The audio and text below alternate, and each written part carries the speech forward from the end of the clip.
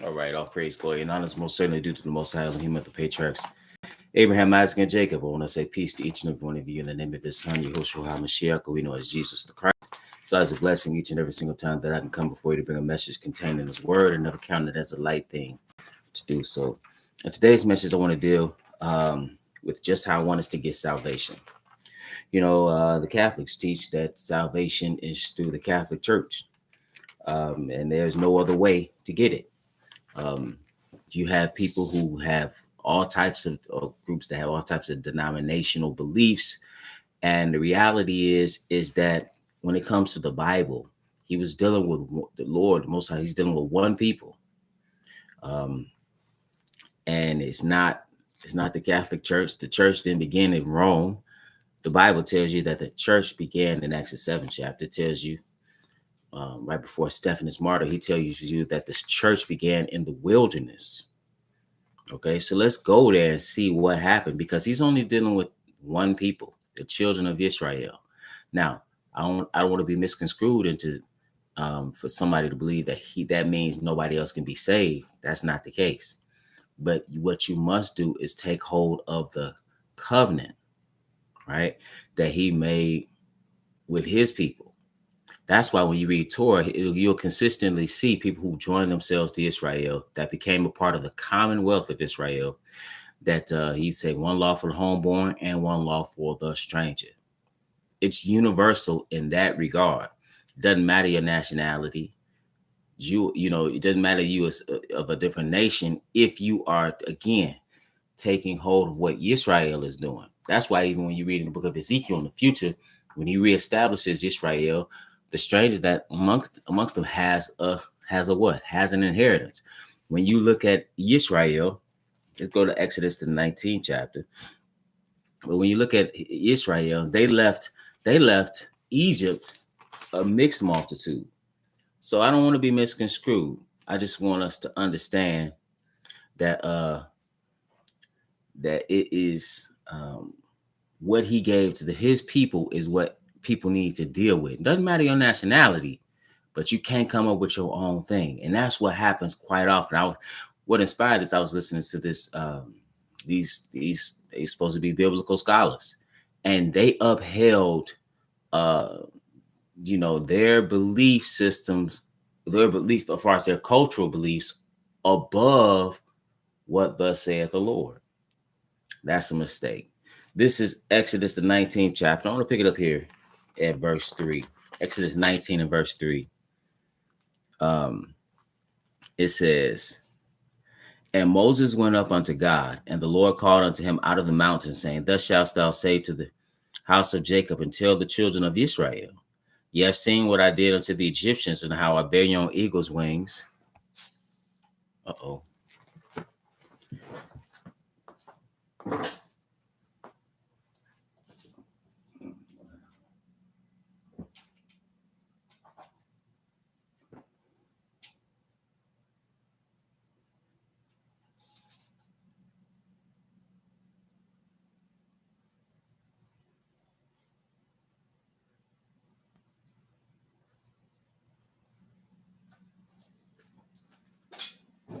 Okay.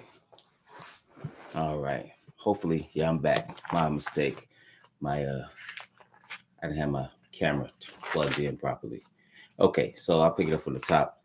Exodus 19 and verse 3 reads, "And Moses went up unto God, and the Lord called unto him out of the mountain, saying, Thus shalt thou say to the house of Jacob, and tell the children of Israel, Ye have seen what I did unto the Egyptians, how I bear you on eagle's wings and brought you unto myself.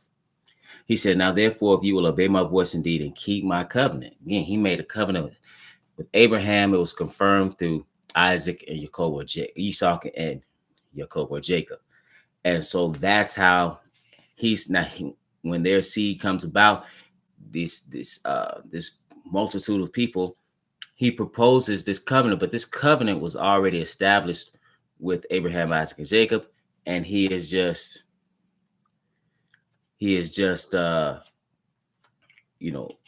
introducing this unto the people many years later. So it says, now therefore, if you will obey my voice indeed and keep my covenant, then ye shall be a peculiar treasure unto me above all people, for all the earth is mine. And ye shall be unto me a kingdom of priests and an holy nation. These are the words which thou shalt speak unto the children of Israel. So it's introduced here, right? And they go into a covenant with the Lord in Exodus, the 24th chapter. It's really like a covenant of marriage. Let's go to Deuteronomy, the 7th chapter. Deuteronomy 7. Deuteronomy 7.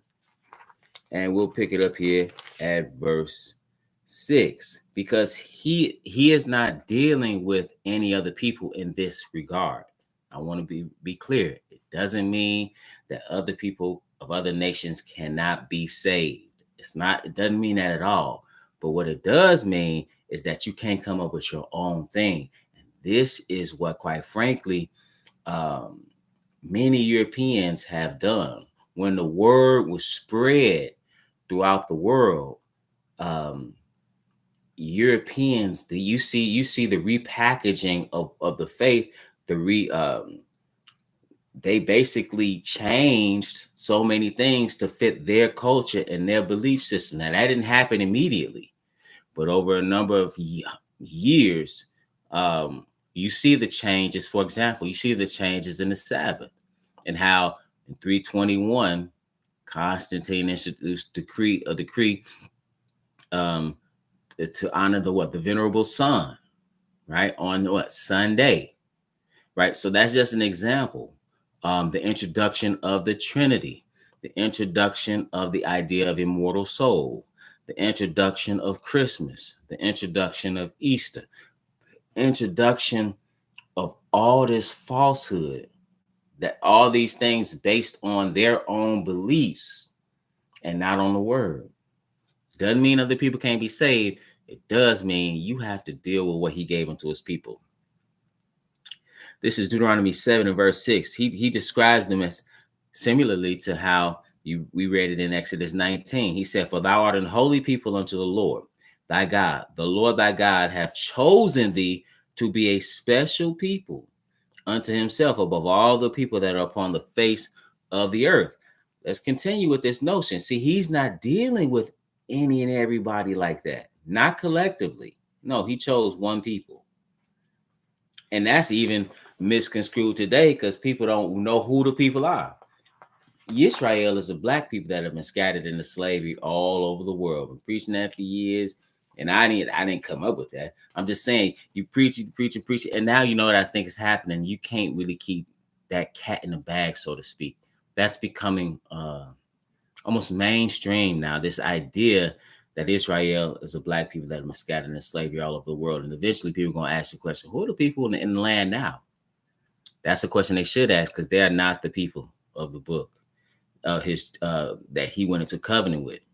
This is Amos, the 3rd chapter, in verse 1. It said, hear this word that the Lord has spoken against you, O children of Israel, against the whole family which I brought up from the land of Egypt. Again, he manifested himself through what he did through his power when he delivered them from bondage. Notice what he says here. He said, you only have I known of all the families of the earth. Therefore, I will punish you for all your iniquities. See, he didn't come to the Romans. He didn't come to the Germans. He didn't come to the Chinese. He didn't come to the Russians. No, it was Israel. And this is what he tells the woman at the well. The Samaritan woman, she is confused. She was confused, just like many people are even confused unto this day. As if you can circumvent what thus saith the Lord because you believe something. It doesn't really matter what you believe when it comes to salvation.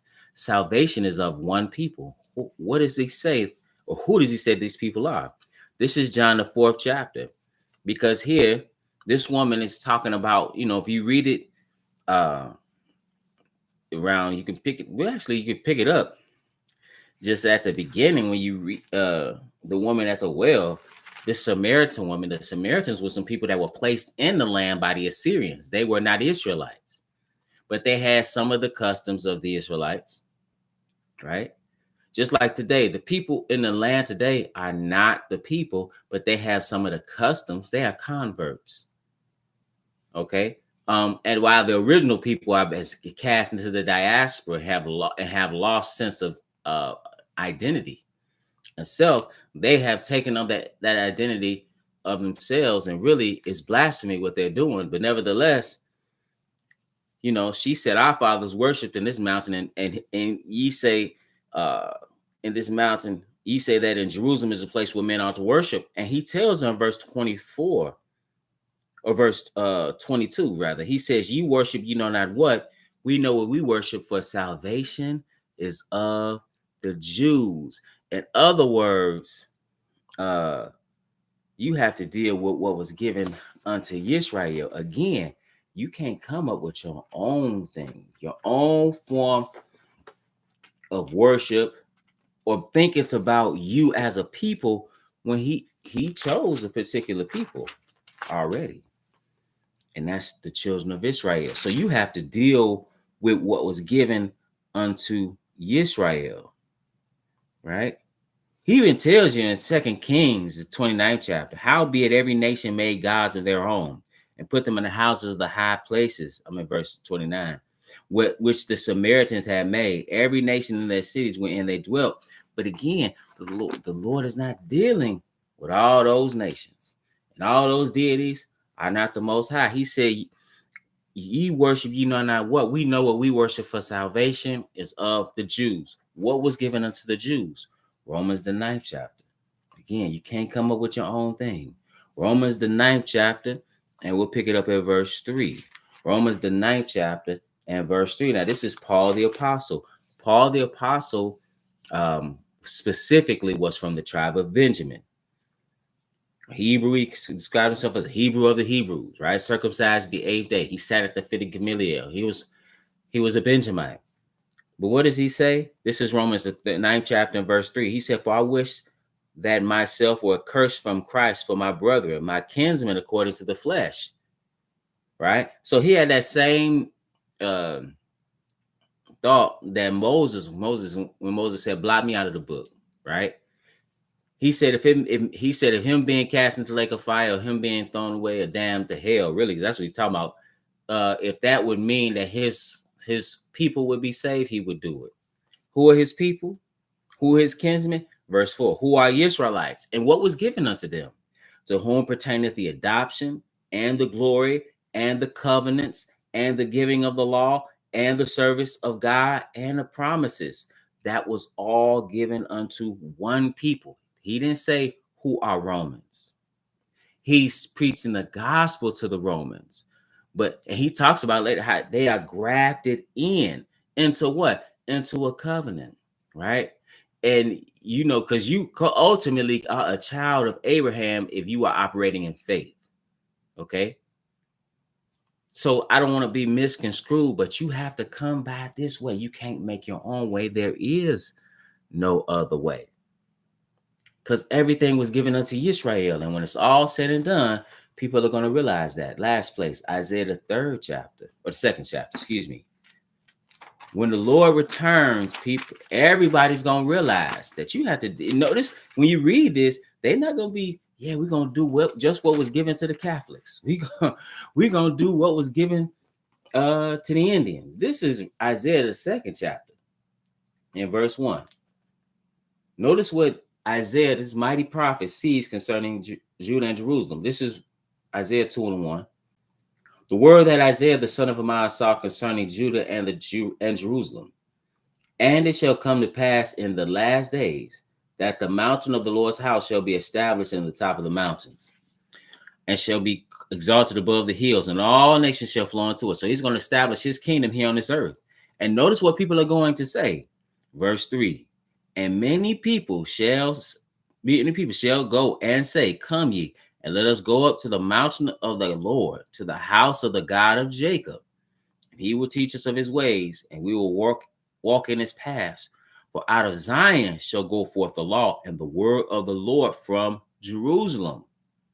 Right? Not from Rome, not from Washington, D.C., right? Not from Moscow, not from Berlin, not from Paris, right? Not from Kiev. It's from Jerusalem. We'll read another place, when he establishes his kingdom here on this earth, again, everybody's gonna know then that, hey, it's about what he gave unto his people. So they all gonna know then. Zechariah the 14th chapter. It tells you in verse 3, then shall the Lord go forth and fight against those nations when he fought in the day of battle. That's when he had come back to establish his kingdom.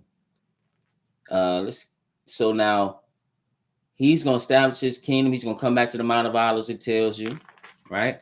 And then in verse 9, it says, and the Lord shall be king of all the earth, and that day shall there be one Lord, and his name one. That's, you read that in Revelation, where it says in Revelation 11 and 15, and the kingdoms of this world will become the kingdoms of our Lord and of his Christ, and he shall reign forever and ever.